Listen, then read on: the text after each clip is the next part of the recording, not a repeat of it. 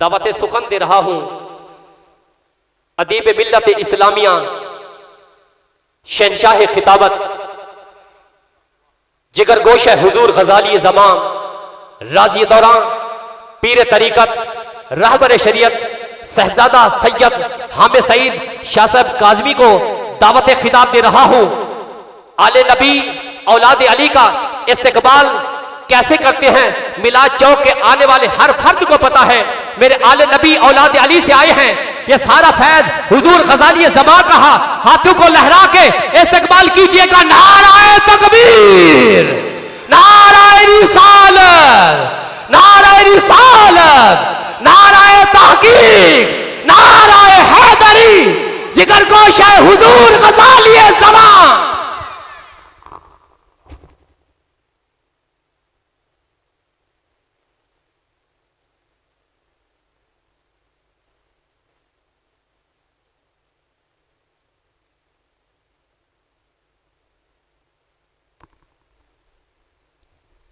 دوستوں کا آنا جانا صحیح ہے، تھوڑا سا دور رکھیے بھائی۔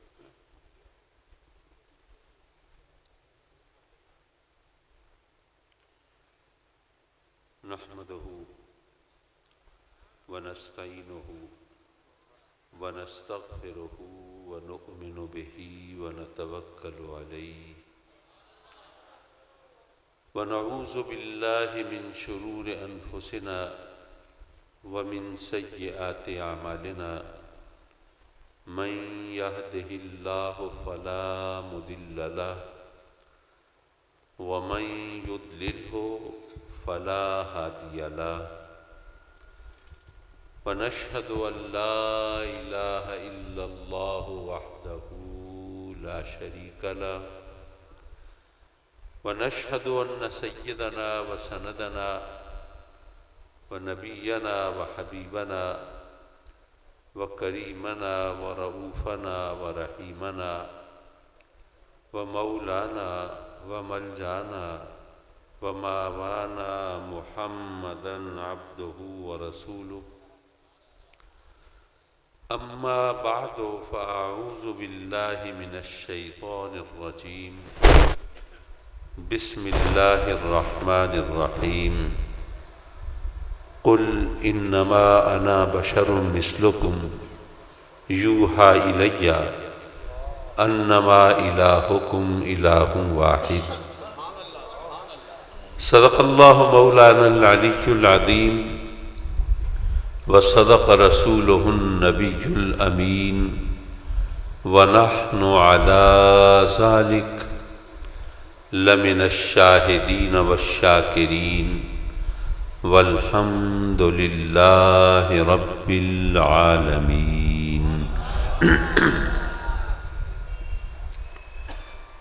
واجب التعظیم علماء اہل سنت، لائق صد تکریم مہمانان گرامی، مرکزی میلاد کمیٹی کے عہدیداران و اراکین، جماعت اہل سنت پاکستان کے عہدیداران و اراکین، تنظیم السعید کے عہدیداران و اراکین اور تمام اہل سنت کی مختلف تنظیموں کے نمائندہ حضرات جہاں جلوہ فگن ہیں، اور یہ محفل میلاد ایک طرح سے اہل سنت کے درمیان یکجہتی، اتحاد اور اتفاق کی علامت بن کر سامنے آ رہی ہے۔ رب کائنات اپنے کرم سے ہمارے اس خواب کی بہت خوبصورت تعبیر عطا فرما دے اور اہل سنت کے اختلاف و انتشار کو ختم کر کے باہم پیار محبت کو اور اتحاد و اتفاق کو فروغ عطا فرمائے۔ آج خلاف معمول تاخیر کچھ زیادہ ہوئی اور عام طور پر ہم کوئی 11:30 پونے 12 بجے تو محفل ختم کر دیتے ہیں، لیکن آج کچھ تاخیر ہوئی اور اس میں کسی اور کو الزام دینے کی گنجائش نہیں، اسی لیے تو کسی سے خفا نہیں ہوتے کہ ہم سے اپنے ہی وعدے وفا نہیں ہوتے۔ بہرحال اللہ کے فضل و کرم سے میں یہ دیکھ رہا ہوں کہ محافل میلاد کی رونقیں بڑھ رہی ہیں، اور اللہ کے فضل و کرم سے لوگوں کے اندر آقا کریم حضور علیہ الصلوۃ والسلام کی غلامی کا جذبہ روز افزوں ہے، پروان چڑھ رہا ہے۔ بے شک ہمارا ایمان ہے کہ سرکار کی محبت ہمارے ایمان کی بنیاد ہے، اور اس کے بغیر ایمان کا تصور قائم نہیں ہوتا۔ لیکن ہم نے اس محبت کو کس انداز سے لیا ہے اور اس کے تقاضے بھی ہم نے پورے کیے ہیں یا نہیں کیے، ہم نے ان تمام چیزوں کو پیش نظر رکھنا ہے۔ میرے آقا کریم حضور علیہ الصلوۃ والسلام کی ذات کی بات ہو تو ظاہر ہے کہ محبت جو ہے وہ کمال سے ہوتی ہے، خوبی سے ہوتی ہے، حسن سے ہوتی ہے۔ محبت برائی سے نہیں ہوتی، عیب سے نہیں ہوتی، کمی اور کوتاہی سے نہیں ہوتی، نقص سے نہیں ہوتی، بلکہ وہ حسن سے ہوتی ہے، وہ کمال سے ہوتی ہے۔ میرے آقا کریم حضور علیہ الصلوۃ والسلام کے جو کمالات ہیں، جو محامد ہیں، جو محاسن ہیں، جو مکارم ہیں، ان کی بات تو اپنی جگہ، لیکن وہ پہلو جو بظاہر آقا کریم کی خصوصیات میں نہیں گنے جاتے، اگر اس حوالے سے غور کریں تو بھی شاید ایک نیا انداز ہمارے سامنے آتا ہے۔ آقا کریم حضور علیہ الصلوۃ والسلام کے دور میں مکی زندگی کی بات کر رہا ہوں۔ مکے میں ایک پہلوان ہے جس کا نام ہے رکانہ، بڑا شہزور پہلوان ہے، دور دور تک کوئی اس کا مد مقابل اور حریف نہیں، کوئی اس کے مقابلے میں آنے کے لیے تیار نہیں، اور اس کی طاقت، اس کے داؤ پیچ، اس کے فن پہلوانی میں مہارت کا چرچا اور شہرہ ہے، دنیا جانتی اور مانتی ہے۔ ایک دن اتفاق، اچھا اس کی طاقت کے حوالے سے وہ بھی کتابوں میں تفصیل لکھی ہے کہ وہ ایسا کرتا تھا کہ جانور کی کھال بچھا دی، اس پر کھڑا ہو گیا اور لوگوں سے کہا کہ اب اس کھال کو کھینچو۔ آپ سوچئے کوئی شخص کھڑا ہو قالین پر، کسی دری پر، کسی غالیچے پر، کسی کھال پر، اور آپ اس کھال کو، دری کو، قالین کو کھینچیں گے تو کیا نتیجہ نکلے گا؟ ظاہر ہے وہ وہاں گرا پڑا ہوگا، چاروں خانے چت۔ لیکن رکانہ کی طاقت کا عالم یہ تھا کہ وہ جانور کے کھال بچھا کے اس پر کھڑا ہو جاتا تھا، لوگوں سے کہتا تھا اس کو کھینچو، اور لوگ جب اس کو کھینچتے تھے اور بہت زیادہ طاقت لگا کے کھینچتے تھے تو زیادہ سے زیادہ اتنا ہوتا تھا کہ وہ کھال پھٹ جاتی تھی، لیکن رکانہ کے قدموں میں جنبش پیدا نہیں ہوتی تھی۔ یہ طاقت کا عالم تھا۔ اچھا، جو پہلوان لوگ ہوتے ہیں، یہ علاقے کے وڈیرے، سردار، با اثر لوگ ان کی سرپرستی میں پنپتے ہیں، پھلتے پھولتے ہیں، کیونکہ ان کو اکھاڑے بھی چلانے ہوتے ہیں، اپنے شاگرد بھی بنانے ہوتے ہیں، فن پہلوانی میں اپنی ناموری کا احساس بھی دامنگیر ہوتا ہے، تو اس لیے علاقے کے سردار ان کے سرپرست ہوتے ہیں۔ تو ظاہر ہے کہ مکے میں جب رکانہ پہلوان وہ ایسا نامور پہلوان ہے تو اس کی سرپرستی وہ مکے کے وہ سردار کرتے ہیں جو آقا کریم صلی اللہ علیہ وسلم سے بغض اور قدر رکھتے ہیں۔ ایک دن ایسا ہوا کہ مکے کے نواح میں، کنٹری سائیڈ میں، آس پاس کہیں اتفاق سے رکانہ کہیں کام سے آیا ہوا ہے اور آقا کریم بھی وہاں سے گزر رہے ہیں، رکانہ کو دیکھتے ہیں تو آپ گویا فرض نبوت کی تکمیل کے لیے آپ رکانہ کو دعوت حق دیتے ہیں، دعوت اسلام دیتے ہیں۔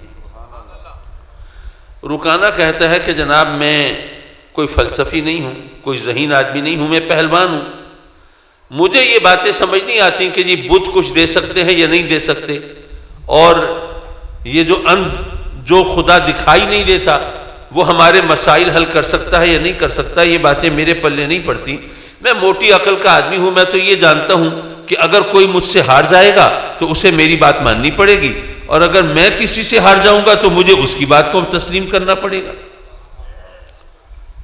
تو آقا کریم صلی اللہ علیہ وسلم نے گویا یہ فرمایا کہ اگر تجھے ایمان لانے کے لیے اور حق قبول کرنے کے لیے یہ اکھاڑے میں تجھے نیچا دکھانا شرط ہے تو چلو آ جاؤ، پھر یہیں پہ آ جاؤ میدان میں۔ اچھا، یہاں پر ایک نزاکت میں پیش کرتا چلوں آپ کے سامنے. ہمارے ہاں زیادہ تر گیمز میں کرکٹ کا زیادہ چرچا ہوتا ہے. اب فرض کیجئے کہ کسی ہماری ٹیم میں کوئی کھلاڑی ایسا ہو جس کی عمر وہ 40 برس کے لگ بھگ ہو، تو لوگ کہتے ہیں یار یہ پتہ نہیں کس کی سفاری سے آیا، جان ہی نہیں چھوڑتا. وہ ینگ بلڈ کے لیے، نوجوانوں کے لیے، نئے خون کے لیے یہ سد باب بنا ہوا ہے، اس نے راستہ روکا ہوا ہے، اس سے جان چھڑاؤ بھائی. وہ اس لیے کہ جب آدمی عمر کے اس حصے میں پہنچتا ہے تو پھر قبا مزمحل ہو رہے ہوتے ہیں، پھر آدمی کی قوت زائل ہو رہی ہوتی ہے اور اس کی طاقت انحطاط پذیر ہوتی ہے. اب آقا کریم صلی اللہ علیہ وسلم پر وحی کا آغاز کس عمر میں ہوا؟ 40 برس میں. اور ظاہر ہے کہ وحی کے آغاز کے بعد فوراً تو سرکار نے رکانہ کو دعوت حق نہیں دے دی. چند برس گزرے ہیں درمیان میں، کیونکہ پہلے تو کافی عرصہ تو خاموش تبلیغ ہوتی رہی، سینہ بسینہ. تو لگتا یہ ہے کہ آقا کریم صلی اللہ علیہ وسلم نے جب رکانہ کو دعوت حق دی ہوگی تو غالباً 45، 46، 47 کے لگ بھگ آپ کی عمر ہوگی. اب یہ عمر وہ ہے جب آدمی انحطاط پذیر ہوتا ہے، بظاہر اس کی قوت زائل ہو رہی ہوتی ہے، بڑھاپے کے آثار ہو رہے ہوتے ہیں، جوانی رخصت ہو رہی ہوتی ہے. اور رکانہ جو ہے وہ اپنے شباب کی انتہا پہ ہے، وہ اپنے کیریئر کے پیک پہ ہے. اب ایسے میں جب آقا کریم صلی اللہ علیہ وسلم اس کو فرماتے ہیں کہ ٹھیک ہے آ جاؤ پھر میدان میں، تو آپ یہ بھی جانتے ہیں کہ نبی پاک صلی اللہ علیہ وسلم کا فن پہلوانی کے حوالے سے تو کوئی چرچا اور شہرہ کبھی آپ نے نہیں سنا ہوگا. کبھی اکھاڑے میں نہیں اترے، کوئی داؤ پیچ نہیں لگائے، کب پہلوانوں سے مقابلہ نہیں کیا، اس طرح اپنی طاقت کا کبھی اظہار کی نوبت نہیں آئی. اب ایسے میں ایک شخص جو کبھی پہلوان ہونے کے حوالے سے مشہور نہیں ہوا، جس کی طاقت کا کبھی چرچا نہیں ہوا، ایک عام شخص بظاہر، اور اس کی عمر بھی اس انتہا کو پہنچ رہی ہے جہاں کمزوری کا غلبہ ہوتا ہے، اور وہ رکانہ جیسے پہلوان کو دعوت دے دے، تو ظاہر ہے کہ وہ تو یہی سمجھے گا کہ بھئی پتہ نہیں اس کی شامت آئی ہے کیا ہے. اور پھر ایک بات یہ بھی ہے کہ چونکہ اس کے جو سرپرست ہیں وہ آقا کریم صلی اللہ علیہ وسلم سے دشمنی رکھتے ہیں، تو اس نے سوچا ہوگا کہ اگر کشتی لڑتے ہوئے مکھاڑے میں، میدان میں کسی کا ہاتھ ٹوٹ جائے، ٹانگ ٹوٹ جائے، کوئی اور نقصان پہنچ جائے تو اس کو دشمنی پر محمول تو نہیں کیا جا سکتا. بھئی وہ تو اگر لوگ الزام دیں گے بھی صحیح تو مجھے تو نہیں دے سکتے، دیں گے تو ان کو دیں گے کہ یہ کیوں آئے میرے میدان مقابلے میں. تو اس نے کہا ٹھیک ہے آ جاؤ. اب جب آمنا سامنا ہوتا ہے تو وہ رکانہ جس کا خیال تھا کہ جناب اس کا تو کوئی دور دور تک حریف نہیں، کوئی مد مقابل نہیں، کوئی اس کا سامنا کرنے والا کوئی شخص نہیں، تو ایسے میں اس کی گویا یوں کہیے کہ بجلی کون جاتی ہے، جیسے بجلی چمک گئی ہو اور اسے سمجھ نہ آئی ہو کہ میرے ساتھ ہوا کیا ہے. جب اس کے حواس بجا ہوئے تو دیکھا کہ چاروں خانے چت پڑا ہے. اب ظاہر ہے کہ اس کے ذہن میں یہ بات تو نہیں آئی کہ بھئی اس شخص نے مجھے واقعی طاقت کے زور پہ ہرا دیا ہوگا. اس نے تو فوراً یہی سوچا کہ بھئی لگتا یہ ہے کہ میں ذرا اوور کانفیڈنٹ ہو گیا تھا، میری بے توجہی، میری لاپرواہی، ان کو خاطر میں نہ لانا، کسی شمار قطار میں نہ سمجھنا، اس کی وجہ سے اس کو کوئی داؤ لگانے کا موقع مل گیا. تو چلو دوبارہ دیکھتے ہیں. تو اس نے وہ کھڑا ہوا اور اس نے کہا کہ دیکھیں جی اگر ایک دفعہ اور آپ میرے مقابلے میں آئیں تو اگر مجھے ہرا دیا تو کلمہ تو میں نے آپ کا پڑھ ہی لینا ہے، اور میرا بہت بڑا ریوڑ ہے بکریوں کا، تو آدھا ریوڑ بھی میں آپ کو دے دوں گا. آپ نے فرمایا کوئی مسئلہ نہیں، آؤ پھر آ جاؤ. اب دوبارہ آئے. اب وہ اپنی طرف سے رکانہ وہ سنبھل کے آیا، ذرا احتیاط سے آیا کہ اس کے اوپر کوئی داؤ نہ لگا دیا جائے، لیکن اس کی احتیاط، اس کا سنبھلنا، اس کی ہوشیاری، کوئی چیز اس کے کام نہیں آئی. پھر وہی صورت ہوئی، اس کو کچھ پتہ نہیں چلا کہ ہوا کیا ہے اس کے ساتھ. پھر دیکھا تو جناب وہ زمین پر پڑے ہیں. اب رکانہ نے یہ سوچا کہ یہ لگتا ہے کہ بہت زیادہ پھرتیلا شخص ہے، یہ اپنی پھرتیلے پن سے اور میری ذرا تھوڑے سے بے توجہی سے پہلوان ذرا تھوڑے ان کی موومنٹ میں وہ سلگش تو ہوتے ہیں نا، ذرا سست تو ہوتے ہیں، تو ہو سکتا ہے اس وجہ سے اس کو داؤ لگانے کا موقع ملا. اب میں اس کو اس طرح نہیں لوں گا. وہ پھر کھڑا ہوا، کہنے لگا کہ جی اگر ایک دفعہ اور آئے نا میرے مقابلے میں تو کلمہ تو میں نے آپ کا پڑھ ہی لینا ہے، آپ کا دین تو قبول کر ہی لینا ہے، ریوڑ بھی سارا آپ کا. آپ نے فرمایا کوئی مسئلہ نہیں، چلو پھر آ جاؤ. نتیجہ پھر وہی نکلا. اب ظاہر ہے اس کے بعد تو اب شہر میں ہی آنا تھا اور کچھ تو نہیں. اب آقا کریم صلی اللہ علیہ وسلم کوئی اس کے ریوڑ کے بھوکے تو معاذ اللہ نہیں تھے کہ جناب اس کے پیچھے پیچھے جاتے بھائی جلدی سے لاؤ میرا ریوڑ، میں نے تمہیں ہرایا ہے. آقا کریم اپنے گھر تشریف لے گئے، وہ اس نے اپنے اکھاڑے کی راہ لی. اب رکانہ پہلوان سوچ رہا ہے کہ اگر اس شخص نے لوگوں کو بتایا کہ میں نے رکانہ کو ہرایا ہے اور 3 دفعہ میں نے اس کی پیٹھ زمین سے لگائی ہے تو مانے گا تو کوئی بھی نہیں. ہر ایک جانتا ہے میری طاقت کا. اور اگر مسئلہ تو صرف یہ بنے گا کہ اگر انہوں نے یہ کہا کہ چلو بھائی مکے میں دوبارہ مقابلہ کرا لو تو پھر مسئلہ بن سکتا ہے. اور پھر مقابلے کی بات ہوئی تو بات تو ان کی ہے جن کے دوستوں اور دشمنوں کی اتنی بڑی تعداد ہے. یہاں پر تو میلہ لگ جائے گا. اگر مقابلہ ہوا تو دور دراز سے لوگ کھینچے چلے آئیں گے، ایک دنیا امڑ آئے گی. اور پھر اگر وہی کچھ ہوا جو پہلے ہو چکا ہے پھر کیا ہوگا؟ تو اس نے کہا کہ نہیں، میرے پاس تو بنا بنایا جواز موجود ہے. اگر میرے ساتھ انہوں نے یہ کہا تو وہاں کی لڑائی تو کسی نے نہیں دیکھی نا، تو میں تو سیدھا سادہ کہہ دوں گا کہ بھئی بات یہ ہے کہ میں پہلوانوں سے تو لڑ سکتا ہوں، جادوگروں سے تو نہیں لڑ سکتا. حضرات مکرم، میرے ذہن میں بھی ایک خلش تھی. میں جب آقا کریم حضور علیہ الصلوۃ والسلام کی عظمت و شان کے سارے قصے پڑھتا تھا کہ آپ نے چاند کے 2 ٹکڑے کر دیے، سورج کو الٹے پاؤں پھرا دیا، جانوروں سے سجدے کرا دیے، درختوں کو اپنی بارگاہ میں بلا لیا، پتھروں سے کلمہ پڑھا دیا.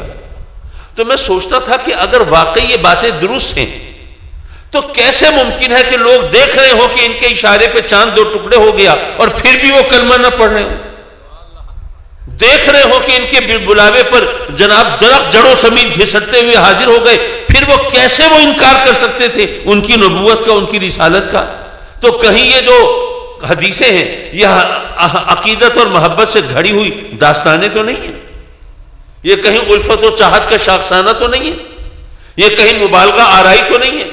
کہیں حاشیہ تو نہیں چڑھایا گیا؟ کہیں حقیقت کو چھپایا تو نہیں گیا؟ لوگوں نے وفور عقیدت و محبت میں یہ عالم بالا کی بات کو بالا خانے میں تو نہیں پہنچا دیا؟ معاملہ کیا ہے؟ ظاہر ہے انسان کا ذہن ہے نا، وہ کسی بھی طرح سوچ سکتا ہے. حضرات مکرم، لیکن پھر اس کا جو جواب ملا مجھے وہ بھی میں عرض کرتا چلوں. اس کا جواب یہ ملا کہ رب کائنات نے اپنے محبوب علیہ الصلوۃ والسلام کو وہ عظمت، وہ شان، وہ مرتبہ، وہ مقام عطا فرمایا کہ اگر کوئی کافر، اگر کوئی مشرک، اگر کوئی منافق، اگر کوئی منکر، اگر کوئی دشمن میرے آقا کریم کی عظمت کا انکار کرے، آپ پر اعتراض کرے، معاذ اللہ ٹھٹھا کرے، مذاق کرے، تو اس کا انکار، اس کا اعتراض، اس کا مذاق، وہ سب میرے آقا کریم کی عظمت کا چمکتا ہوا نشان بن جاتا ہے. سبحان. وہ کیسے؟ بھئی انکار کرنے والوں نے آخر کوئی نہ کوئی بہانہ تو ڈھونڈا ہوگا نا. معجزے دیکھ رہے ہیں پھر بھی انکار کر رہے ہیں، تو انہوں نے کیا بہانہ ڈھونڈا؟ قرآن گواہ ہے، حدیثیں گواہ ہیں کہ جب وہ آقا کریم صلی اللہ علیہ وسلم کے معجزے دیکھتے تھے تو کہتے تھے کہ نہیں، یہ نبوت کا ثبوت نہیں ہے، رسالت کی دلیل نہیں ہے، یہ معجزہ نہیں ہے، یہ تو جادو ہے. معاذ اللہ معاذ اللہ معاذ اللہ، آقا کریم صلی اللہ علیہ وسلم پر وہ جادوگر ہونے کی تہمت لگاتے تھے، آپ کی عظمت کا انکار کرتے تھے، آپ پر یہ بہتان لگاتے تھے، الزام لگاتے تھے. اور ظاہر ہے آقائے دو جہاں کو جادوگر کہنا یہ بہت بڑی گستاخی ہے. لیکن بہرحال وہ اپنی ضد کو پر اڑے ہوئے تھے اور اس طرح وہ بہانہ اور جواز تلاش کر لیتے تھے. نہیں جی یہ تو جادو ہے، یہ تو بہت بڑے جادوگر ہیں، ان کا جادو تو آسمانوں تک بھی چلتا ہے. لیکن یہاں پر ایک پہلو ذرا پیش نظر رکھیے، اگر آپ کسی کو کہیں کہ یہ بہت بڑا جادوگر ہے، اس سے ذرا بچ کے رہنا، اگر اس کے پاس گئے تو یہ اپنا بنا لے گا. اس کا جادو تو پتھروں پہ بھی چلتا ہے، جانوروں پہ بھی چلتا ہے، چاند اور سورج پہ بھی چلتا ہے. اگر آپ کسی کے بارے میں کہیں بہت بڑا جادوگر ہے تو گویا آپ یہ اعلان کر رہے ہیں کہ اے لوگوں، اس شخص کے پاس کوئی ایسی طاقت ہے جو عام لوگوں کے پاس نہیں ہے۔ اگر یہ مفہوم نہ ہو تو جادوگر کہنے کا مطلب کیا ہے؟ یارو وہ دشمن ہے، وہ مشرک ہے، وہ منافق ہیں، میرے آقا کریم کی عظمت اور رسالت کا انکار کر رہے ہیں اور بہانہ بنا رہے ہیں کہ یہ جادوگر ہیں، لیکن پھر بھی گویا اعتراف کر رہے ہیں کہ اے لوگوں، ہم ان کے نام کا کلمہ تو نہیں پڑھتے، ان کو نبی تو نہیں مانتے، لیکن یہ تسلیم کرتے ہیں کہ ان کے پاس وہ طاقت ہے جو دوسروں کے پاس نہیں ہوتی۔ یارو وہ کافر ہو کے مانتے تھے اور ہم مومن ہو کے انکار کر دیں تو ایسے ایمان کا، ایسے کلمے کا اچار ڈالنا ہے کیا؟ نعرہ تکبیر، نعرہ رسالت، جشن عید میلاد النبی، جگر گوشائے غزالی زمان، فیضان کرم حضور غزالی زمان۔ حضرات محترم، پتہ یہ چلا کہ اور دوسری بات جو مجھے ہدایت ملی، ظاہرہ خلفشار تھا نا ذہن میں، یہ معجزے دیکھ کر بھی انکار کر رہے ہیں، کیسے ممکن ہے؟ تو اس کا جواب یہ ملا کہ بھئی چلو حدیث کے بارے میں تم اگر یہ گمان کرو کہ کسی نے گھڑ لی ہوں گی، بنا لی ہوں گی، یہ عقیدت و محبتوں کے تراشے ہوئے افسانے ہوں گے، تو قرآن تو گھڑا گھڑایا نہیں ہے، وہ تو اللہ کا کلام ہے۔ تو کیا قرآن نہیں بتاتا کہ سیدنا عیسیٰ علیہ السلام نے مردوں کو زندہ کر کے دکھایا، مٹی کی مورتی میں پھونک ماری تو اڑتا ہوا پرندہ بنا دیا، بیماروں پہ ہاتھ پھیرا تو ان کو صحت عطا فرما دی؟ تو جب حضرت عیسیٰ علیہ السلام نے مردوں کو زندہ کر کے دکھایا تھا تو کیا اس وقت سب لوگوں نے آپ کا کلمہ پڑھ لیا تھا؟ کیا سب مسلمان ہو گئے تھے؟ نہیں۔ تو پتہ یہ چلا کہ کلمہ تو تبھی نصیب ہوتا ہے جب اللہ کی طرف سے ہدایت ملے، ورنہ نہیں ملتی، کلمہ نصیب نہیں ہوتا۔ وہ مشہور حدیث جو آپ نے بارہا سنی بھی ہوگی، سنائی بھی ہوگی، کہ آقا کریم صلی اللہ علیہ وسلم کی بارگاہ میں ابو جہل حاضر ہوتا ہے، جی واقعی اگر آپ اللہ کے نبی ہیں بتائیے میری مٹھی میں کیا ہے؟ میرے آقا کریم گویا یہ فرماتے ہیں کہ اگر میں نے بتا دیا تیری مٹھی میں کیا ہے تو پھر بھی بہانے بنائے گا، جی کسی نے آپ کو بتا دیا ہوگا، جی آپ نے دیکھ لیا ہوگا، یا آپ نے ویسے اندازے سے ایک بات کر دی، لگ گیا تو تیر ورنہ تکے والی بات ہے۔ اگر میں نے بتا دیا تیری مٹھی میں کیا ہے تو تجھے پھر بھی بہانہ سازی کا موقع مل جائے گا، لیکن جو کچھ تیری مٹھی میں ہے اگر وہ بتا دیں کہ میں کون ہوں۔ سبحان اللہ، سبحان اللہ۔ پتھروں نے کلمہ پڑھا ہے نا، لیکن یارو اس بات کو، اس منظر کو ذرا ایک اور زاویے سے دیکھنے کی کوشش کیجئے جس طرف شاید آپ کی توجہ نہ ہوئی ہو۔ یہ ابو جہل کوئی عام شخص نہیں ہے، بہت بڑا نامور سردار ہے جس کا بڑا چرچا ہے، بڑا شہرہ ہے، عرب کے قبائل کے سرداروں کے اندر اس کا بڑا اونچا مقام ہے، دنیا اس کے پاس جاتی ہے، فیصلے بھی کراتی ہے، مشورے بھی لیتی ہے اور اس کے احکام کی تعمیل بھی ہوتی ہے۔ یارو یہ ابو جہل اتنا نامور سردار وہ کھڑا ہے اور اس کی مٹھی میں پتھر کلمہ پڑھ رہے ہیں۔ یارو ذرا غور تو کرو، ابو جہل کی مٹھی میں پتھر کلمہ پڑھ رہے ہیں لیکن ابو جہل کو کلمہ نصیب نہیں ہوتا۔ نعرہ تکبیر، نعرہ رسالت، عظمت مصطفیٰ، مقام مصطفیٰ، شان مصطفیٰ، تاج مصطفیٰ۔ تو پتہ یہ چلا کہ جب تک اللہ کی طرف سے ہدایت نہ ملے اس وقت تک کلمہ نصیب نہیں ہوتا۔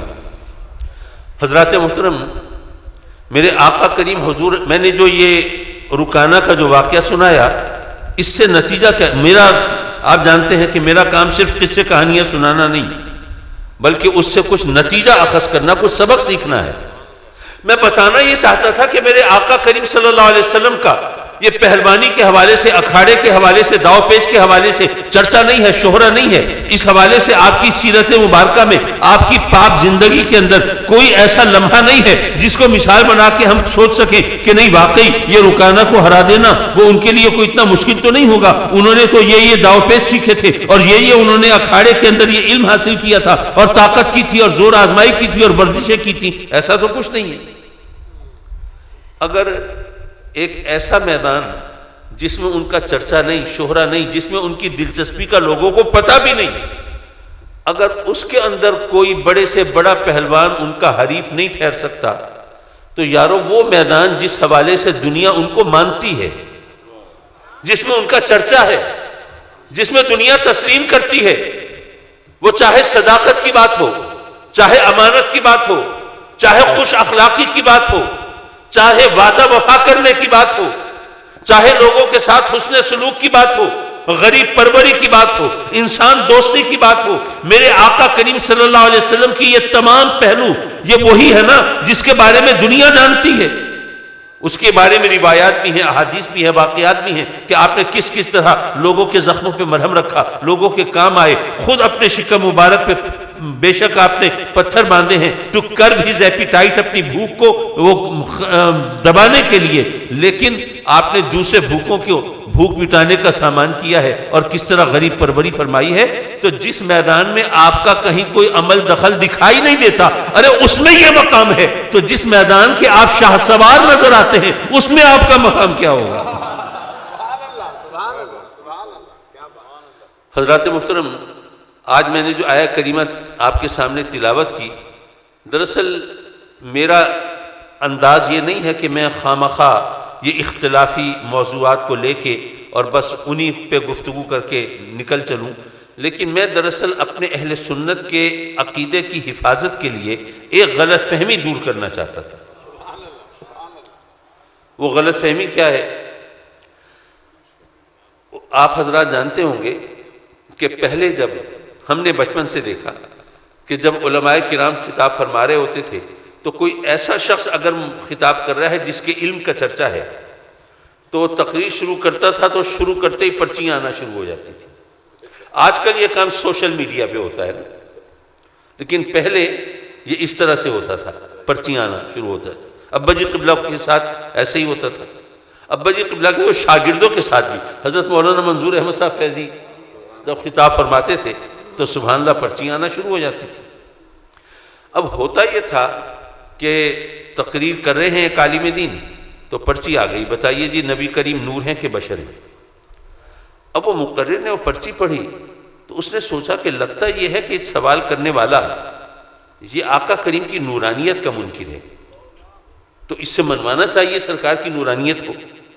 تو انہوں نے دلیلیں دینا شروع کی کہ دیکھیے قرآن کی یہ آیات دیکھیے جن سے ثابت ہوتا ہے سرکار نور ہے، یہ احادیث دیکھیے جن سے ثابت ہوتا ہے سرکار نور ہے، صحابہ کرام کے یہ اقوال دیکھیے جس سے ثابت ہوتا ہے سرکار نور ہے، اور علماء امت کے یہ فرامین دیکھیے جس سے ثابت ہوتا ہے سرکار نور ہے. اب سوال یہ تھا بتائیے نور نبی پاک صلی اللہ علیہ وسلم نور ہے کہ بشر ہیں؟ جواب ملا نور ہیں.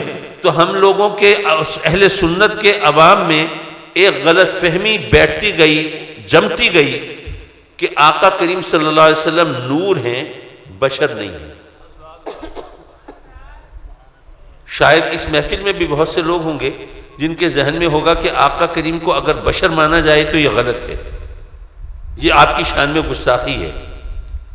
لیکن میں ان علماء کی موجودگی میں اور اس ذمہ دار سٹیج پر پوری ذمہ داری کے ساتھ گزارش کر رہا ہوں کہ یہ بات پلے باندھ دیجئے کہ آقا کریم صلی اللہ علیہ وسلم کی بشریت کا انکار کفر ہے.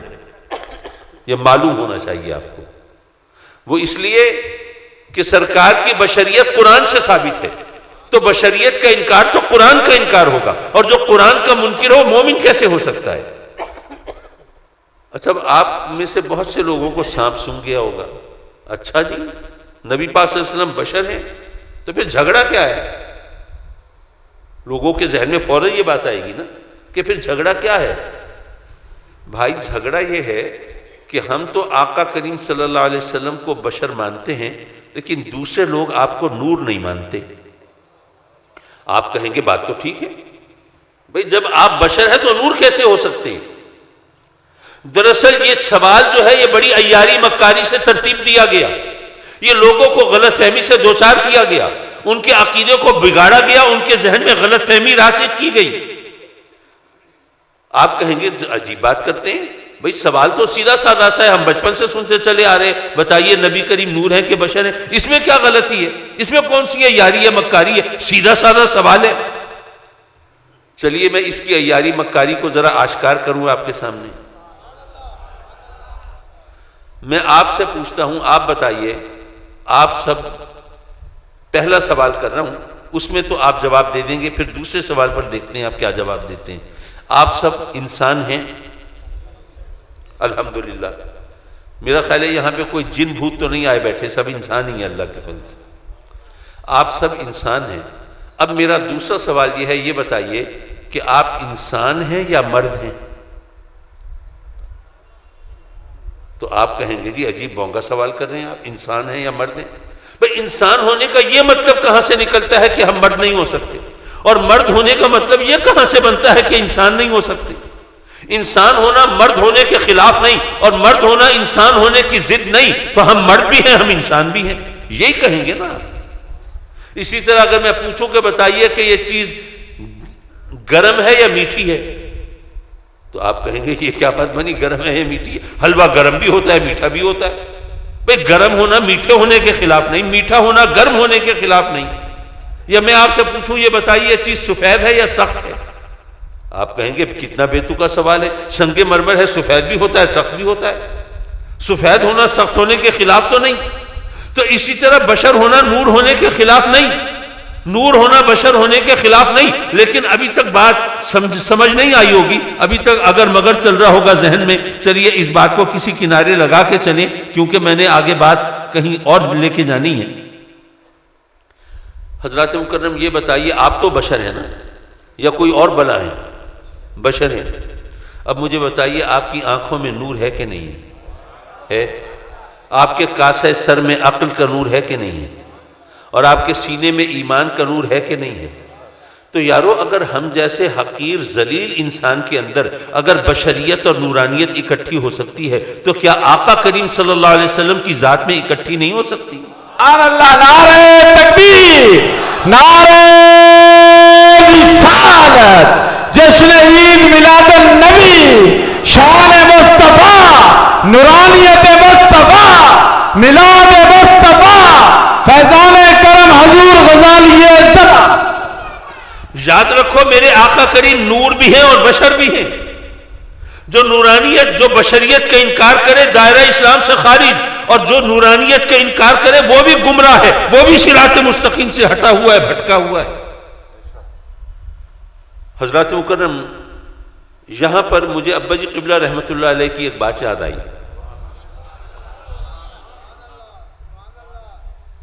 بات یہ ہے کہ ابا جی قبلہ رحمۃ اللہ علیہ نے ایک جملہ بولا تھا، بعد میں مقررین نے اس جملے کو اپنایا، خطباء نے اس سے تقریروں کو سجایا، لیکن جملہ دہرا دینا اور بات ہے، لیکن جو انداز تفہیم سمجھانے کا جو انداز ابا جی قبلہ کا تھا وہ تو ہر ایک نہیں اپنا سکتا۔ ابا جی قبلہ کا جملہ میں دہراتا ہوں، آپ کو بھی یاد آ جائے گا کہ آپ نے بہت سے علماء سے سنا ہوگا کہ رب کائنات نے تمام انبیاء کو معجزے دے کر بھیجا ہے، ٹھیک ہے نا؟ یہ بھی بات اس کی وضاحت بھی کرتا چلوں، اللہ نے ہماری ہدایت کے لیے نبیوں کو بھیجا۔ اچھا کیا خیال ہے وہ ڈائریکٹ ہدایت نہیں دے سکتا تھا؟ اس کو کوئی فنڈز کا پرابلم تھا، یا کوئی مین پاور کی کمی تھی، یا کوئی اور ایڈمنسٹریٹو سینکشن کا مرحلہ تھا؟ کوئی بھی نہیں، کن فیکون، وہاں تو کوئی مسئلہ ہے ہی نہیں۔ تو اگر وہ ہر ایک کو ڈائریکٹ ہدایت دے سکتا تھا تو پھر اس نے ہمیں ڈائریکٹ ہدایت کیوں نہیں دے دی؟ اگر ہر ایک کو ڈائریکٹ ہدایت ملتی، سب سیدھے راستے پہ ہوتے، سچے راستے پہ ہوتے، صراط مستقیم پر ہوتے، نہ آپس میں اختلاف ہوتا، نہ جھگڑا ہوتا، نہ گریبانوں میں ہاتھ ہوتے، نہ مناظرے ہوتے، نہ مباہلے ہوتے، نہ ایک دوسرے کے خلاف فتویٰ بازی ہوتی، کتنے آرام سے گزر جاتی۔ میں عرض کروں گا نہیں، یہ سطحی سوچ ہے۔ اگر آپ غور کریں گے تو آپ اس نتیجے پر پہنچیں گے یہ اللہ کا کرم ہے کہ اس نے ہمیں ڈائریکٹ ہدایت نہیں دی۔ وہ کیسے؟ دیکھیے، جس کو ڈائریکٹ ہدایت ملے اللہ کی طرف سے، ڈائریکٹ احکام آئیں، اس کو نبی کہتے ہیں نا۔ اب یہ بندے اور رب کا معاملہ ہے، اس لیے کسی اور سے پوچھنے کی ضرورت نہیں ہے۔ ہر شخص اپنے گریبان میں جھانکے، اپنے آپ سے پوچھے کہ اگر اس کو اللہ کی طرف سے ڈائریکٹ وحی آتی، پیغام آتا، احکام آتے، اور کوئی حکم ایسا ہوتا جو اس کی مرضی کے خلاف ہوتا، منشا کے خلاف ہوتا، جو اس نے اپنے مستقبل کی پلاننگ کی ہوئی ہے، جو کچھ اس نے سوچا ہوا ہے، اس کا وہ دھڑن تختہ ہو جاتا اس حکم کو ماننے کی صورت میں، تو کیا ہم سب ان احکام کی تعمیل کر لیتے؟ بہت سے لوگ کر لیتے، لیکن بہت سے وہ بھی ہوتے جو بہانہ سازی کرتے، کوئی راہ فرار ڈھونڈتے، کوئی اگر مگر کا چکر چلاتے؟ ابھی تو ہمیں احکام ملتے ہیں انبیاء کے ذریعے. ہم سے کہیں کوتاہی ہو جائے، غلطی ہو جائے، نافرمانی ہو جائے، حکم عدولی ہو جائے تو ہم رب کی بارگاہ میں گڑ گڑاتے ہیں، آنسو بہاتے ہیں، فریاد کرتے ہیں، منت کرتے ہیں، التجا کرتے ہیں کہ مولا اپنے کرم سے ہمیں بخش دے، ہماری خطاؤں سے درگزر فرما دے، ہم انسان ہیں، خطا کے پتلے، ہم سے خطا ہو گئی. اس کے دریائے رحمت میں بھی جوش آتا ہے اور وہ کرم فرماتا ہے اور ہمیں بخش دیتا ہے. لیکن یارو اگر ہمیں ڈائریکٹ احکام آ رہے ہوتے تو پھر تو مقام نبوت پر ہوتے. تو اگر اس وقت ہم سے اس طرح خطا ہوتی، اگر بہانہ سازی ہوتی، تو کیا پھر ہمیں کوئی بخشش کی صورت بنتی؟ تو اس کا کرم ہے کہ اس نے ہمیں ڈائریکٹ ہدایت نہیں دی. اس کو ایک اور مثال سے بتاؤں تو شاید زیادہ آسانی سے سمجھ میں آ جائے. میرے آقا کریم صلی اللہ علیہ وسلم نے جب ہجرت فرمائی، مکے سے مدینہ تشریف لے گئے، تو مدینہ میں جانے کے بعد وہاں پر شراب کے حرام ہونے کا حکم نازل ہوا. اب شراب حرام ہو گئی.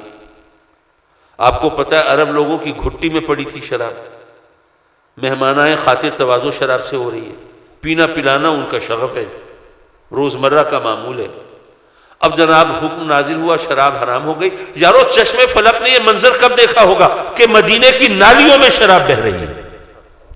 کسی نے نہیں سوچا کہ ہم پر شراب حرام ہوئی ہے. لیکن ہمارے ملنے ملانے والے دوست احباب عزیز رشتہ دار کوئی آئیں گے، سب تو مسلمان نہیں ہیں، تو ان کی خاطر تواضع کے لیے چلو کچھ بچا کے رکھ لیں. نہیں، یہ بھی نہیں سوچا کہ اس وقت تو مسلمانوں کی حالت بہت پتلی تھی، مالی حالت بہت پتلی تھی. تو سوچتے کہ بھئی بڑی نفیس شراب ہے، عمدہ شراب ہے، قیمتی شراب ہے، تو چلو ہم پر حرام ہو گئی تو چلو اسے بیچ لیں اور پیسے کھڑے کر لیں. نہ کسی نے شراب بچائی ہے، نہ کسی نے چھپائی ہے، بلکہ سب نے شراب بہائی ہے. اب آج کا بھی ذرا منظر دیکھیے.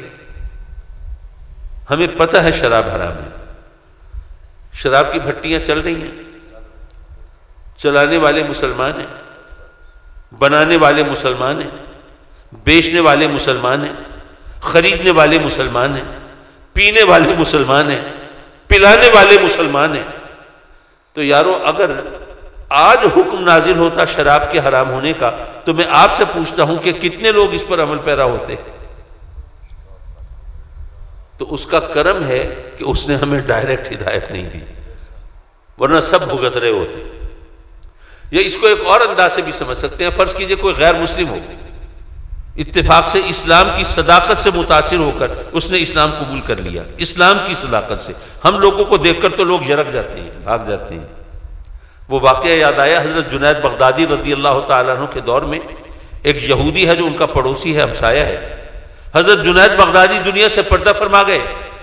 لوگوں نے اس یہودی سے کہا یار تو نے ساری زندگی ان کے پڑوس میں گزاری تو تیرے دل پر بالکل ہی مہر لگی رہی، تجھے ایمان لانے کی توفیق نہیں ہوئی. اس یہودی نے جو جواب دیا وہ ہم سب کے لیے مشعل راہ ہے. کہتا ہے کہ جی اگر اسلام وہ ہے جس پر حضرت جنید بغدادی عمل پیرا تھے تو میں معذور مجبور ہوں، میرے وہ اندر وہ سکت نہیں، وہ ہمت نہیں، وہ طاقت نہیں، میں اس پر عمل پیرا نہیں ہو سکتا. اور اگر ایمان وہ ہے جس کو تم اسلام کہتے ہو، اسلام وہ ہے، تو پھر میں یہودی بھلا ہوں، مجھے اس کی ضرورت نہیں ہے. یہ تو صدیوں پہلے کی بات ہے جب مسلمان ہم سے 1000 لاکھ درجہ بہتر مسلمان تھے. اس وقت عالم یہ تھا. تو آج ہمارے اس ایمان کی اور اسلام کی اور ہمارے اعمال کی جو کیفیت ہے وہ ہمارے سامنے ہے. بہرحال بات دور نکل گئی. میں یہ عرض کر رہا تھا کہ اگر کوئی غیر مسلم مسلمان ہو جائے اور آپ نے اسے کہا بھائی اب تم مسلمان ہو گئے تمہیں نماز بھی پڑھنی ہوگی، تو چلو یہ کتاب ہے نماز کی، یہ کتاب پڑھو اور کتاب پڑھ کے نماز ادا کرو، تو کیا خیال ہے وہ نماز کی کتاب پڑھ کے پوری طرح صحت کے ساتھ نماز ادا کر لے گا؟ نہیں. ہمیں اسے نماز سکھانی پڑے گی، نماز پڑھ کے دکھانی پڑے گی، کیونکہ وہ تو کبھی مسجد میں نہیں گیا، اس نے تو نماز پڑھنے والوں کے ساتھ اس رفاقت نہیں رہی. اس کو نماز پڑھ کے دکھانی پڑے گی، سکھانی پڑے گی. اب یہ ہمارے سوچنے کی بات ہے کہ ایک نماز ادا نہیں کی جا سکتی جب تک کہ اس کا عملی نمونہ ہمارے سامنے نہ ہو. تو پوری زندگی اسلام کی تعلیمات کے سانچے میں ڈھل کر کیسے گزاری جا سکتی تھی اگر اسلام کی تعلیمات کا عملی نمونہ ہمارے سامنے نہ ہوتا؟ بہرحال ہماری ہدایت کے لیے اللہ نے انبیاء کو بھیجا. اب ادھر افاران کی چوٹیوں سے آواز آ رہی ہے میں اللہ کا نبی، ادھر قادیان کے جنگلوں میں بھی کوئی بول رہا ہے میں بھی نبی. اب کیسے پتہ چلے کون سچا ہے کون جھوٹا ہے؟ ہمارے پاس کیا یارڈ اسٹک ہے، کیا پیمانہ ہے، کیسے پتہ چلے؟ تو ہمیں بتایا کہ ہمارے دین کا اصول ہے، علماء نے رہنمائی کی کہ یاد رکھو جو سچا نبی ہے وہ معجزہ دکھائے گا، جھوٹا نبی کبھی معجزہ نہیں دکھا سکتا۔ معجزہ کسے کہتے ہیں؟ میں اگر اس کی شرعی تعبیر میں گیا ڈیفینیشن میں تو مشکل ہو جائے گی، لیکن ہماری زبان کا لفظ ہے نا، ہم اس کا مفہوم مطلب جانتے ہیں، ہمیں پتہ ہے وہ کام جو سمجھ نہ آئے کیسے ہو گیا، جس کی کوئی سائنٹیفک ریزننگ نہ ہو، کوئی عقلی توجیہ پیش نہ کی جا سکے، یہ کام کیسے ہوا، وہ معجزہ ہوتا ہے۔ کوئی گاڑی آپ کو نظر آئی حادثے میں بری طرح تباہ ہوئی، دیکھ کے لگتا تھا جو بھی بندہ ہوگا بچا نہیں ہوگا، آپ کو بتایا کہ 4 بندے سوار تھے، کسی کو خراش تک نہیں آئی، آپ کہیں گے کمال ہے، بھی معجزہ ہو گیا۔ بارش برس رہی ہے، ایک کھیت پورا سیراب ہو رہا ہے اور اس سے ایڈجسنٹ متصل دوسرا کھیت، اس پر ایک قطرہ بھی نہیں پڑ رہا، تو آپ کہیں گے کمال ہے، بھی معجزہ ہو گیا۔ کسی مکان کی چھت گر گئی، اس کے نیچے پہلوان صاحب سو رہے تھے، وہ بیچارے تو لقمہ اجل بن گئے، اور 2-3 دن کا نوزائیدہ بچہ وہ ہنستا مسکراتا زندہ بچ گیا، لوگ کہیں گے کمال ہے، بھی معجزہ ہو گیا۔ یعنی وہ چیز جس کے سامنے ہماری عقل گھٹنے ٹیک دے، فہم و فراست ہار مان لے اور ہماری سوجھ بوجھ ہتھیار ڈال دے نا، وہ معجزہ ہوتا ہے۔ جو عقل کو عاجز کر دے وہ معجزہ ہوتا ہے۔ معجزہ نبی کی پہچان ہے۔ نبی کو پہچانیں گے تو ایمان لائیں گے، پہچانیں گے تو کلمہ پڑھیں گے، پہچانیں گے تو تعلیمات پر عمل پیرا ہوں گے۔ اب پہچان تو ابتدا ہے، پہچان پہلا زینہ ہے، پہلا قدم ہے۔ نبوت کی ابتدا معجزے سے ہوتی ہے۔ پتہ یہ چلا کہ معجزہ وہ ہوتا ہے جو عقل انسانی کو عاجز کر دے، تو نبوت کی ابتدا وہاں سے ہوتی ہے جہاں عقل انسانی کی انتہا ہوتی ہے۔ اس لیے نبی کو کبھی اپنی عقل کے ترازو میں تولنے کی کوشش مت کرنا۔ ہر نبی معجزہ لے کے آتا ہے۔ میں بات کر رہا تھا والد گرامی کے فرمان کی، انہوں نے کہا کہ تمام نبیوں کو اللہ نے معجزے دے کر بھیجا، لیکن اب ہمارے نبی کو اللہ نے معجزہ بنا کر بھیجا۔ اب یہ جملہ تو آپ نے سنا ہوگا، لیکن جس طرح وہ سمجھاتے تھے ذرا اس طرف چلتے ہیں، اور میں کوشش کروں گا کہ اس کو ذرا کم سے کم وقت میں سمیٹ سکوں۔ آپ نے تو یہاں سے اٹھ کے اپنے گھروں میں چلا جانا ہے، مجھے ملتان پہنچنا ہے، اور ملتان پہنچ کے کوئی کل کا دن ریسٹ نہیں کرنا ہے۔ اب وہ تفصیل میں بتاؤں تو خامخواہ وہ ادھر ہی لگ جائیں گے۔ حضرات محترم، بات یہ ہے کہ میں نے ابھی آپ کے سامنے عرض کیا، تفصیل سے بیان کیا کہ آقا کریم صلی اللہ علیہ وسلم نور بھی ہیں اور بشر بھی ہیں۔ دونوں باتیں آقا کریم کے لیے درست ہیں، اور آپ صرف بشر نہیں ہیں، سید البشر ہیں، خیر البشر ہیں۔ جب ہم یہ سمجھ گئے کہ سرکار نور بھی ہیں بشر بھی ہیں، تو اب یہ بتائیے نور کھاتا پیتا ہے؟ کبھی سنا ہے کہ یہ چیز جو ہے فرشتوں کی غذا ہے؟ کبھی سنا ہے؟ نہیں۔ نور کھاتا پیتا نہیں، اور جو نہ کھاتا ہو نہ پیتا ہو اگر وہ کھانے پینے لگے تو معجزہ ہوگا کہ نہیں ہوگا؟ یہ آج کوئی تبرک رکھا ہے آپ نے؟ نہیں۔ تبرک یہاں تو میلاد کا جو اہتمام ہے اس میں نہیں ہوتا، لیکن اگر آپ کے سامنے یہ صوفہ جو ہے کوئی چاولوں کی ڈش ہڑپ کر جائے تو آپ کہیں گے کمال ہے، بھی معجزہ ہو گیا۔ ٹھیک ہے نا؟ جو کھاتا پیتا نہ ہو کھانے پینے لگے تو معجزہ ہے نا۔ میرے آقا کریم نور ہیں، اور نور کھاتا پیتا نہیں، لیکن آپ کھانا تناول فرماتے تھے نا، پانی نوش فرماتے تھے نا، تو پھر معجزہ ہوا کہ نہیں ہوا؟ سبحان اللہ۔ لیکن آپ بشر بھی تو ہیں، اور بشر تو کھائے پیے بغیر زندہ نہیں رہ سکتا، لیکن آپ نے جو صوم وصال رکھے، ملے ہوئے روزے، کئی مہینے روزہ رکھا ہے، پھر سحری نہیں، افطاری نہیں، کھانے پینے کا کوئی وقفہ نہیں، دوسرا روزہ شروع، پھر تیسرا، چوتھا، 70 دن تک روزے رکھے۔ اچھا، صحابہ کرام کی عادت تھی وہ آقا کریم کی ہر سنت پر عمل کرنا چاہتے تھے، ہماری طرح نہیں تھے کہ آسان سنتوں کو اپنا لو مشکل کو چھوڑ دو۔ یہ تو بتاؤ کہ مسواک کرنا سنت ہے، یہ مت بتاؤ کہ کم کھانا بھی سنت ہے۔ یہ تو بتاؤ کہ پگڑی باندھنا سنت ہے، اور یہ مت بتاؤ کہ اگر کافروں کے بے دینوں کے غلبے کی وجہ سے اسلام کے اصولوں کے مطابق زندگی گزارنا مشکل ہو جائے تو گھر بار چھوڑ کے وطن سے ہجرت کر جانا بھی سنت ہے۔ بہرحال میں یہ ایک نئی بحث نہیں چھیڑنا چاہتا یہاں.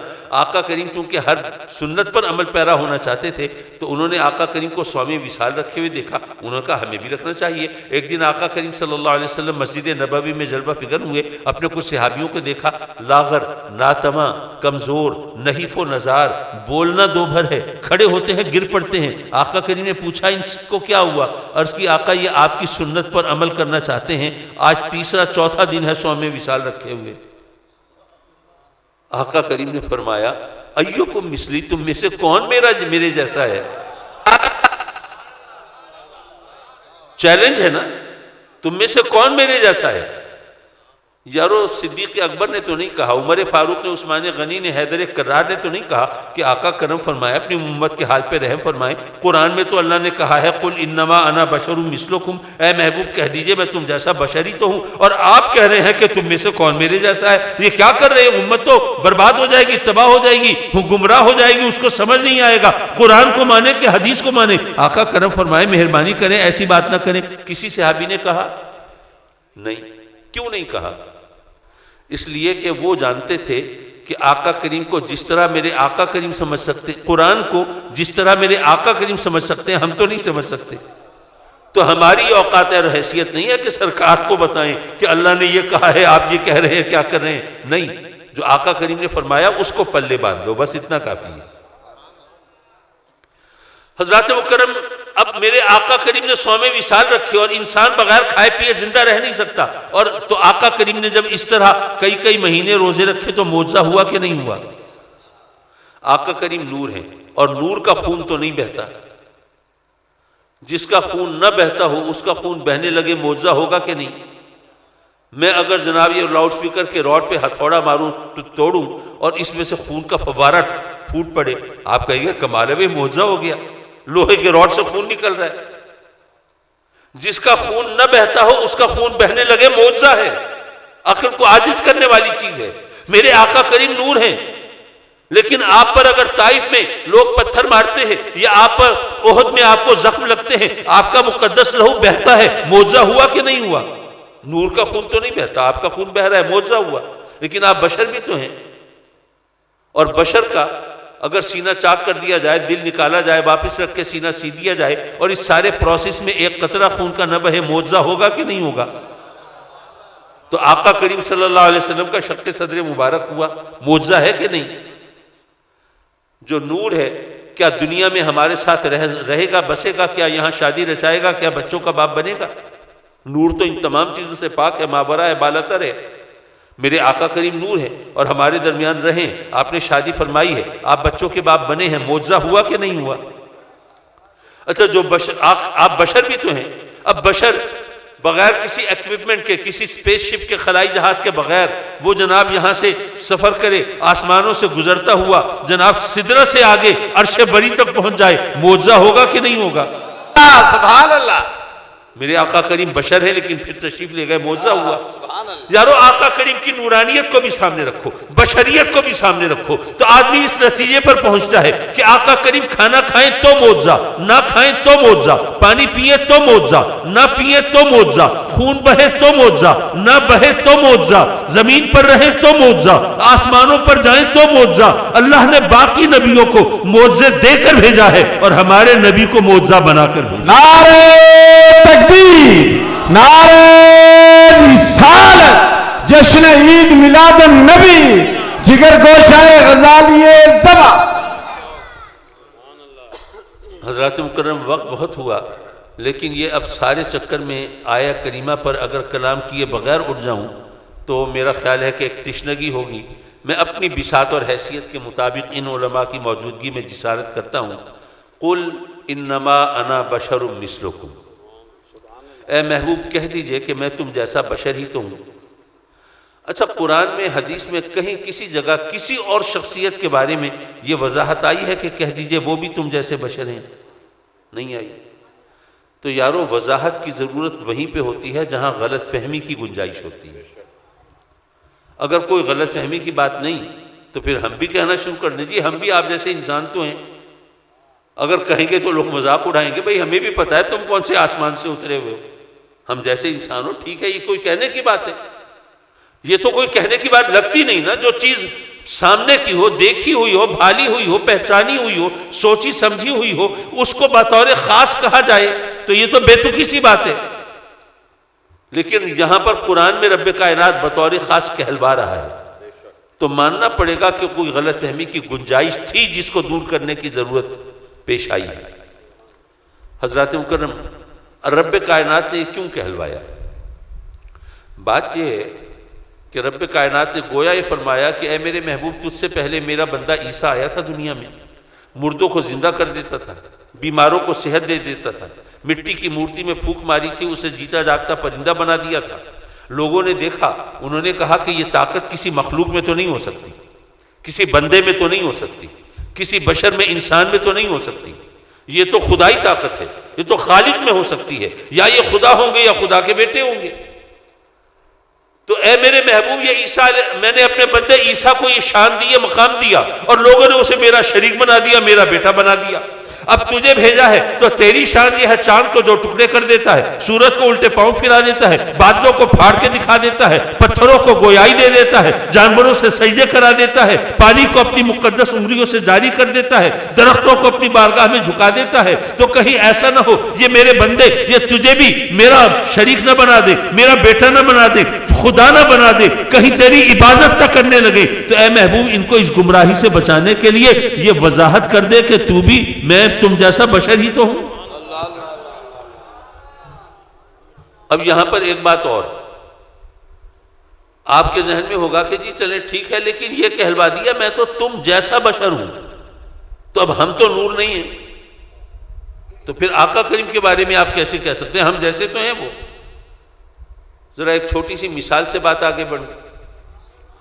فرض کیجئے آپ کو رب کائنات نے فرزند ارجمند عطا فرمایا، ماشاءاللہ ماہ و سال کے مراحل سے گزرا، عالم شباب کو پہنچا، قد آور قوی ہیکل جوان، دیکھ کے جناب رشک آئے کہ کیا صحت مند شاندار جوان ہے. آپ بھی ایک دن شیخی بگھارتے ہوئے دوستوں سے کہنے لگے میرا بیٹا تو شیر جیسا ہے، شیر جیسا. کسی دوست نے کہا ذرا ان کی ٹانگ تو کھینچیں. اچھا جی آپ کا بیٹا شیر جیسا ہے، اس کی بھی دم ہے؟ آپ نے کہا دم کا کیا مطلب؟ جی آپ ہی کہہ رہے تھے شیر جیسا ہے، تو ہم نے کوئی شیر بغیر دم کے تو دیکھا نہیں، تو اس کی دم ہوگی پھر. اچھا آپ کا بیٹا بھی کیا ننگا رہتا ہے؟ بھئی یہ کیا بات میں ننگا رہتا ہے؟ میں کہہ رہا ہوں میرا بیٹا شیر جیسا ہے، آپ کہہ رہے ہیں ننگا رہتا ہے. کہا کہ جی کمال ہے، آپ نے کبھی کسی شیر کو ٹیلر ماسٹر کے پاس سوٹ کا ناپ دیتے ہوئے دیکھا ہے؟ بھئی شیر تو ننگا ہی رہتا ہے، تو آپ کہہ رہے ہیں بیٹا شیر جیسا ہے تو پھر ننگا ہی رہتا ہوگا. اچھا آپ کا بیٹا بھی بغیر نکاح کے اسی طرح وقت گزارتا ہے؟ کہ بھئی یہ بات کہاں سے لے آئے تم؟ کا کمال ہے، آپ نے کبھی کسی شیر کے نکاح کے چھوارے کھائے؟ بھئی شیروں کے نکاح تو نہیں ہوتے، اور آپ کہہ رہے ہیں بیٹا شیر جیسا ہے. پھر ایسا ہی ہوگا، وہ بھی درندہ ہوگا، وہ بھی یہ کچا گوشت چیر پھاڑ کے کھا جاتا ہوگا، اور وہ بھی اسی طرح دہاڑتا ہوگا، اور وہ بھی انسان کے لیے خطرہ ہوگا. آپ نے اس سے کہا کہ میاں تمہارا دماغ خراب ہے، میں نے اگر کہا میرا بیٹا شیر جیسا ہے، اس سے یہ کہاں مطلب نکلتا ہے کہ ہر بات میں شیر جیسا ہے، ہر چیز میں شیر جیسا ہے؟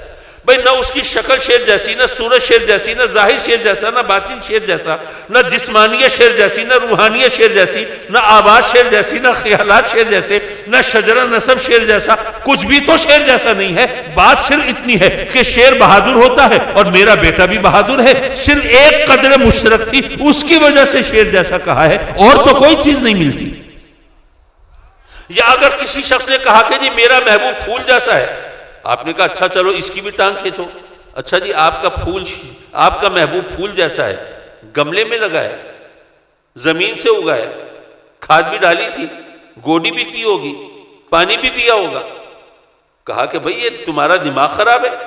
میں نے اگر یہ کہا میرا محبوب پھول جیسا ہے، اس کا یہ مطلب کہاں سے نکلتا ہے کہ وہ نباتات میں سے ہے اور اس طرح شاخ شجر پہ لگتا ہے اور اس طرح وہ پھول جیسی شکل صورت ہے؟ نہیں، نہ شکل اس جیسی، نہ صورت اس جیسی، نہ رنگ اس جیسا، نہ روپ اس جیسا، نہ حقیقت اس جیسی، نہ ماہیت اس جیسی، کچھ بھی تو اس جیسا نہیں ہے.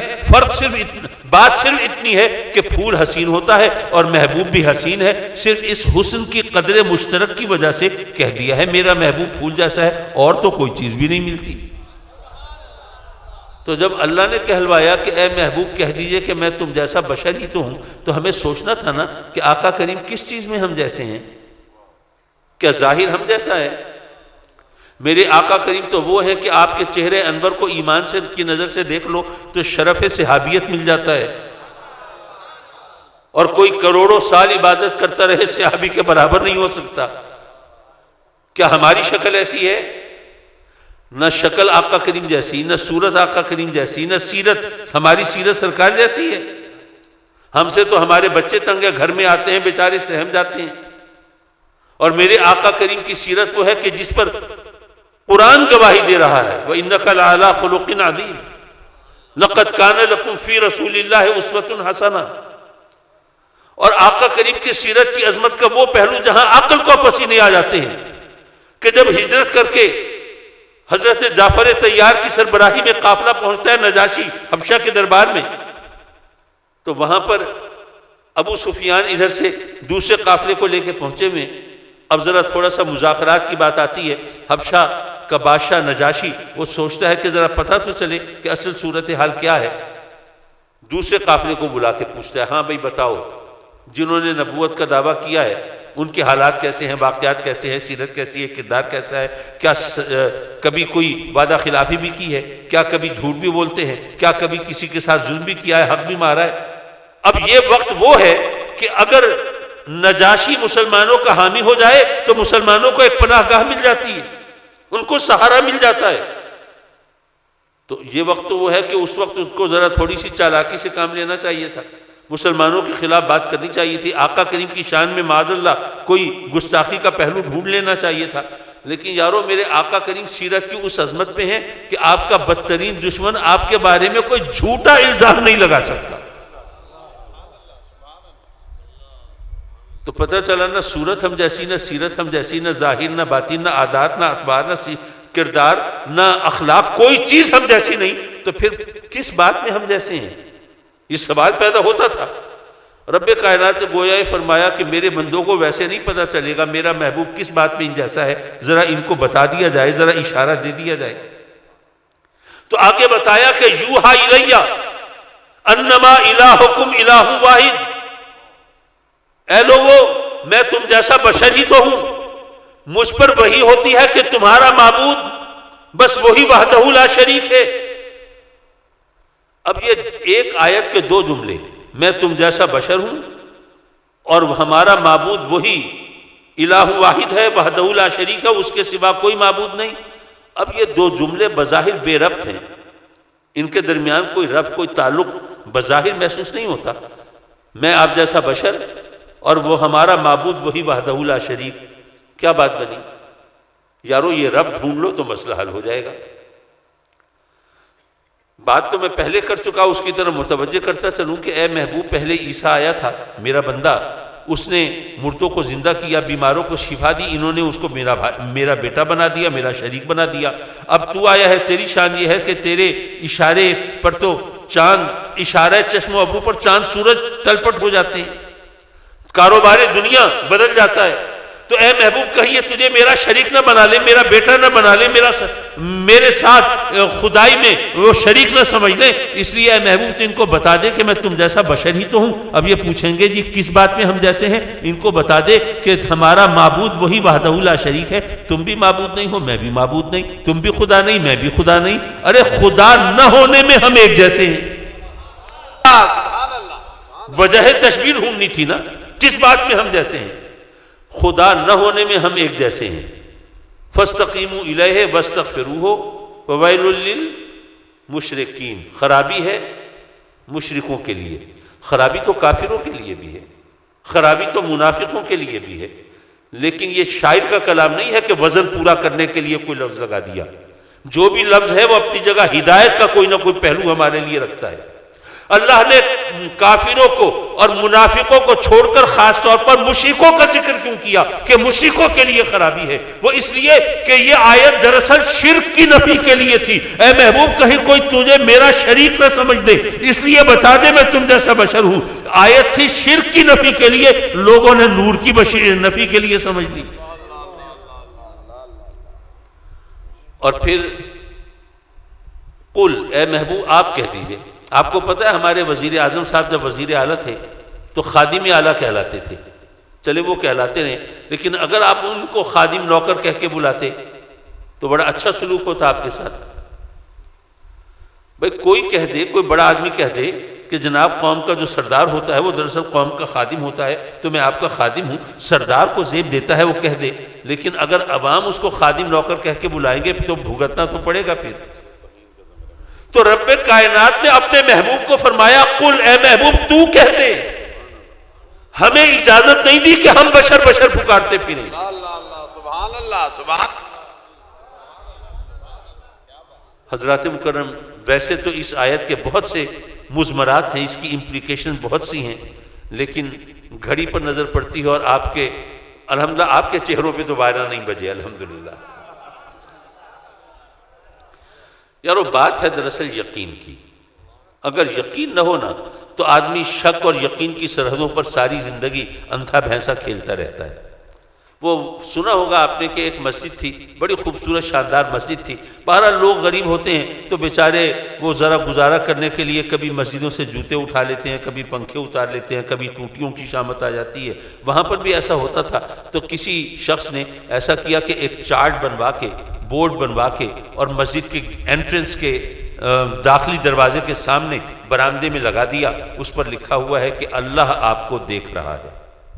اب جو مسجد میں داخل ہوتا ہے اس کی نظر پڑتی ہے، لکھا ہوا ہے اللہ آپ کو دیکھ رہا ہے. ظاہر ہے شک تو کوئی نہیں کر سکتا، مسلمان جو ہے مانتا تو ہے. اب وہ بورڈ لگا ہوا ہے لیکن چوریاں پھر بھی ہو رہی ہیں، جوتیاں اٹھائی جا رہی ہیں، پنکھے اتر رہے ہیں. کوئی مہینہ دو مہینے گزرے تو اس بندے نے ایک اور ترکیب کی. وہ بورڈ ہٹا دیا، دوسرا بورڈ لکھ کے لگا دیا، کیمرے کی آنکھ آپ کو دیکھ رہی ہے.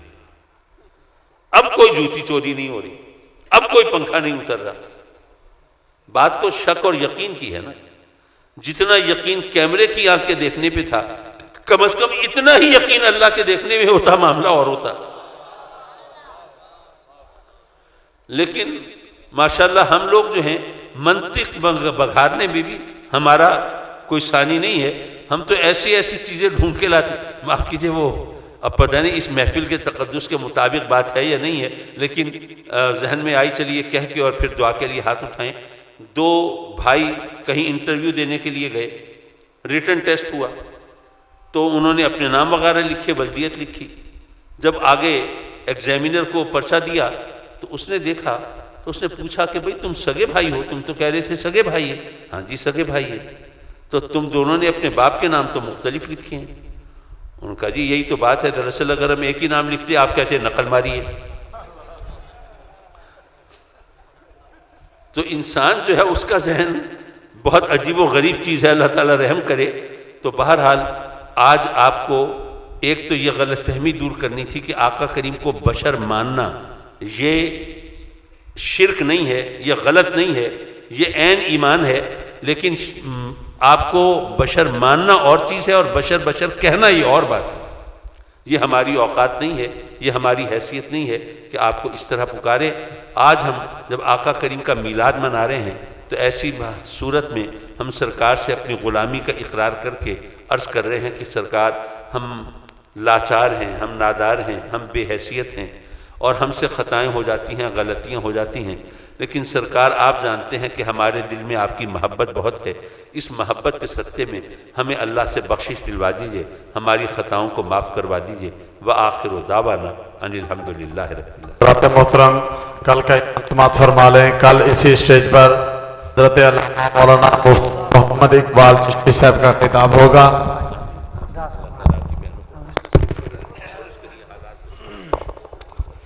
درود و سلام پڑھیں. مصطفیٰ جان رحمت لاکھوں سلام، مصطفیٰ جان رحمت لاکھوں سلام، شمع بز میں ہدایت پہ لاکھوں سلام.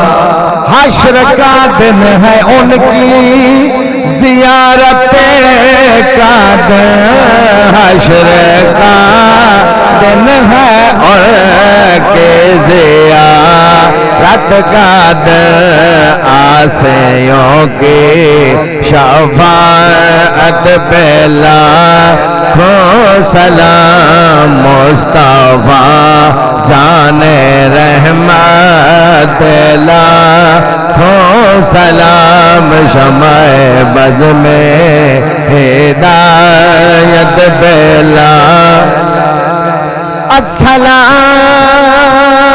السلام اے تاجدار انبیاء والسلام اے رازدار کبریاء یا الہی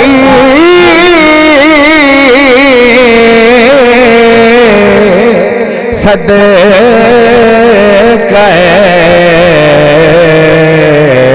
زلف رسول اور یہ سلام عاجزانہ ہو قبول۔ دعا سے پہلے کل کا اعلان دوبارہ سماعت فرما رہے ہیں۔ کل اسی اسٹیج پر حضرت علامہ مولانا مفتی محمد اقبال چشتی صاحب لاہور سے تشریف لائیں گے۔ اللہ